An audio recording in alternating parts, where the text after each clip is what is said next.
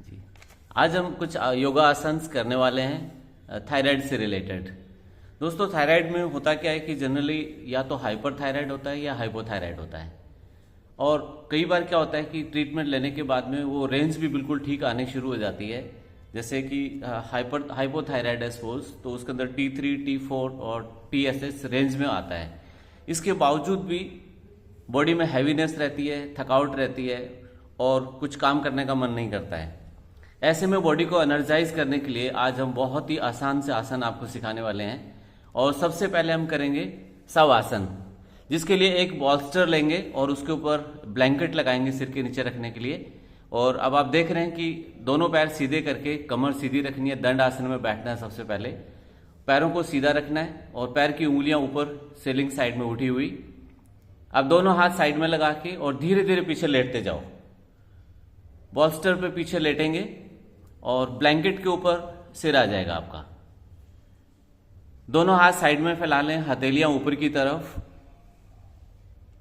अब नेक बिल्कुल relax mode में है, आपकी ब्रीदिंग बहुत अच्छे से हो रही है और थायराइड ग्लैंड को अच्छे से ब्लड सर्कुलेशन मिल रहा है। इसी तरीके से आपके चेस्ट एक्सपेंड हो रही है, आपकी पूरी बॉडी रेस्टिंग मोड में है इस टाइम। सबसे ज़्यादा ज़रूरी होता है कि थायराइड के अंदर खोई हुई एनर्जी को वापस लेके आना, जिससे आपके हर एक ऑर्गन पर अच्छे से ब्लड सप्लाई हो और वो अच्छे से काम करने लगे। इस आसन को हम 3 से 5 मिनट तक करें, जिससे कि आपके एनर्जी का लेवल बढ़ जाएगा। अब हम थायराइड के लिए दूसरा आसन करने वाले हैं, जिसका नाम है सुप्त बद्ध कोना आसना। इसके लिए भी हमें सीधा कमर के बल बैठना है दंड आसना में।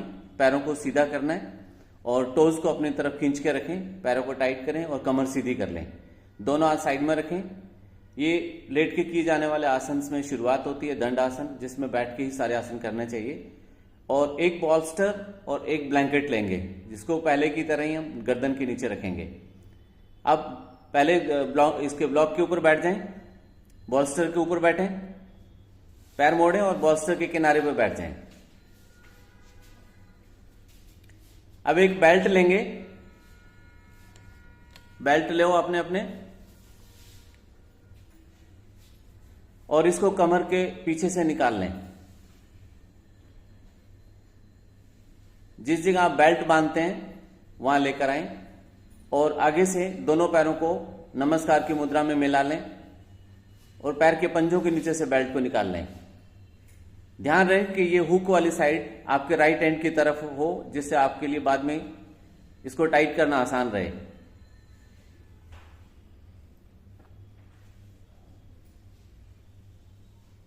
बेल्ट को पूरा टाइट नहीं करना है, थोड़ा सा ढीला छोड़ दें, जिससे नीचे उतरने में आसानी रहे। और ये ऊपर बैठ के इसलिए करते हैं कि इससे आपकी कमर बिल्कुल सीधी हो जाए और उससे ब्लड फ्लो आपकी पूरी स्पाइन के अंदर अच्छे से रहे। अब दोनों हाथ साइड में लगाओ और धीरे से नीचे उतर जाओ। बॉल्स्टर से थोड़ा सा नीचे उतर जाएं। दोनों हाथ साइड में लगाते हुए धीरे धीरे पीछे बॉल्स्टर पर लेटें और ब्लैंकेट अपने सिर के नीचे लगा लें, गर्दन के नीचे रखें। नेक बिल्कुल सीधी रहे, जिससे ब्लड फ्लो आपका अच्छे से चलता रहे। अब बेल्ट को टाइट करें। दोनों हाथों को साइडों में रख लें, हथेली ऊपर की तरफ। आंखें बंद करें और ब्रीदिंग को फील करें। पूरी बॉडी को ढीला छोड़ दें। आप देख रहे हैं कि इस वक्त आपकी नेक बिल्कुल रिलैक्स मोड में है। आपका हार्ट स्टिमुलेट हो रहा है, जिससे ज्यादा ब्लड फ्लो कर रहा है और वो ज्यादा ब्लड सर्कुलेशन आपके ब्रेन को, आपकी थायराइड ग्लैंड को और पेल्विक गर्डल को मिल रहा है। ये सिर्फ ना थायराइड के लिए हेल्पफुल है, बट की पूरी बॉडी के लिए फायदेमंद है, क्योंकि आपकी खोई हुई शक्ति वापस आती है, थकावट इससे दूर होती है। 3 से 5 मिनट इस आसन में लेटे रहें और इसके साथ साथ आपके जितने भी पेल्विक से रिलेटेड जो इश्यूज है वो भी ठीक होने शुरू हो जाते हैं। बट आज का सेशन हमारा थायराइड के लिए, तो हम उसी के से रिलेटेड बात कर रहे हैं कि थायराइड में कैसे ये हेल्पफुल होती है, क्योंकि थकावट सबसे बड़ा इश्यू होता है थायराइड वालों के लिए। और इस आसन में लेटने के बाद उनको एनर्जी का फ्लो बहुत ज्यादा बढ़ जाता है। इस आसन में 3 से 5 मिनट कम से कम लेटना चाहिए अच्छे से अच्छे रिजल्ट लेने के लिए, और धीरे धीरे इसकी टाइमिंग और भी ज़्यादा बढ़ा सकते हैं। अब दोनों हाथ साइड में लगाएं, हथेली नीचे रख के दोनों हाथों से प्रेस करते हुए फ्लोर को बैठ जाएं। बैठने के बाद बेल्ट आपका थोड़ा लूज हो जाएगा और खोलना आसान रहेगा। बेल्ट को हटा दें और दोनों पैर धीरे धीरे सीधे करें।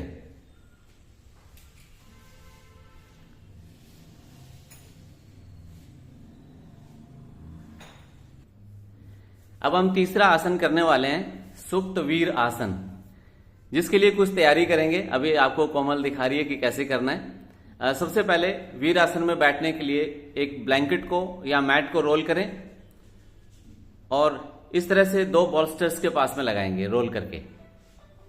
बॉल्स्टर्स को सीढ़ी नुमा रखेंगे, एक के ऊपर एक, और पीछे ब्लैंकेट लगा देंगे। और जो हमने नीचे रोल करके अभी मैट लगाया है, इसी मैट के ऊपर एक ब्लैंकेट को फोल्ड करके रख सकते हो या एक छोटा सा लकड़ी का टुकड़ा रख सकते हैं, जिससे आपके हिप्स इसके ऊपर आ जाएंगे। चलिए आप कोमल आगे दिखाएं इसको।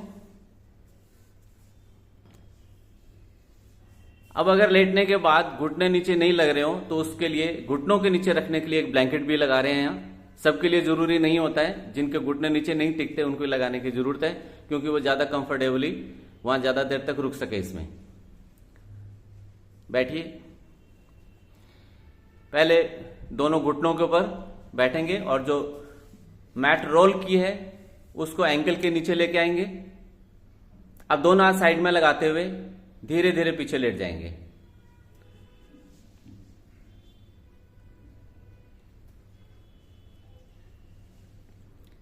ऊपर जो आपने ब्लैंकेट रखा हुआ है वो सिर के नीचे आ गया है, गर्दन के नीचे है, हाथ दोनों साइड में। अब आप देख रहे हैं कि आपके थाइस के मसल स्ट्रेच हो चुके हैं, आपका पेट स्ट्रेच हो रहा है। इस टाइम पेट के ऑर्गन्स स्टिमुलेट हो रहे हैं, चेस्ट स्टिमुलेट हो रही है और थायराइड ग्लैंड रिलैक्सिंग मोड में है। 2 से 5 मिनट इसमें लेटे रहें और आप देखेंगे कि इसके बाद में किस तरह से आपका ब्लड फ्लो इंक्रीज हुआ है, आपकी पूरी ब्रेन को और थायराइड ग्लैंड और पूरी बॉडी रिजुनेट हो चुकी है।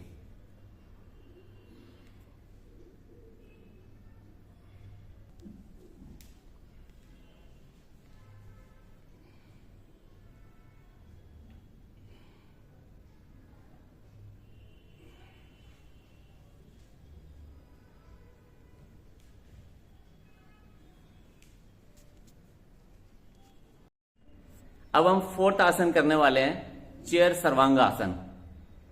इस तरह चेयर लगाएंगे और इसके नीचे एक बॉल्स्टर रखेंगे। अब आप चेयर पे बैठ जाइए, साइड में पैर करते हुए, और लेफ्ट लेग को चेयर के ऊपर रखो, चेयर के हैंडल के ऊपर जाने दो, दूसरा पैर भी रखो।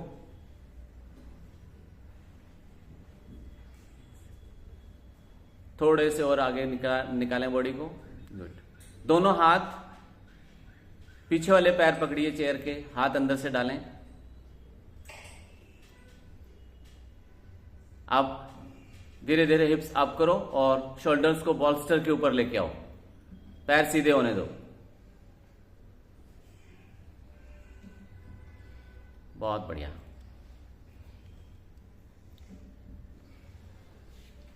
सर्वांग आसन को मदर ऑफ आसनास बोलते हैं। जैसे मदर पूरी केयर करती है अपनी फैमिली की, अपने बच्चों की, इसी तरीके से ये आसन है जो सभी अंगों पे इफेक्ट डालता है। और आप देख रहे हैं कि चिन इस टाइम नेक के ऊपर किसी तरह का प्रेशर नहीं है, बट चिन मुड़ी हुई है, चेस्ट पर लगी हुई है, जिससे थायराइड ग्लैंड जो है वो लॉक हो रही है और उस पर ब्लड सर्कुलेशन बढ़ा हुआ है। इस आसन को ज़्यादा अच्छे से अच्छे रिजल्ट लेने के लिए 10 मिनट तक होल्ड करना चाहिए, बट शुरुआती तौर पे 2 से 3 मिनट, फिर धीरे धीरे टाइम बढ़ाते हुए इसका टाइम बढ़ाते जाएं। इसके लिए सबसे ज़्यादा ज़रूरी है नेक को रिलैक्स रखना और साथ ही नेक को बेंड करके रखना।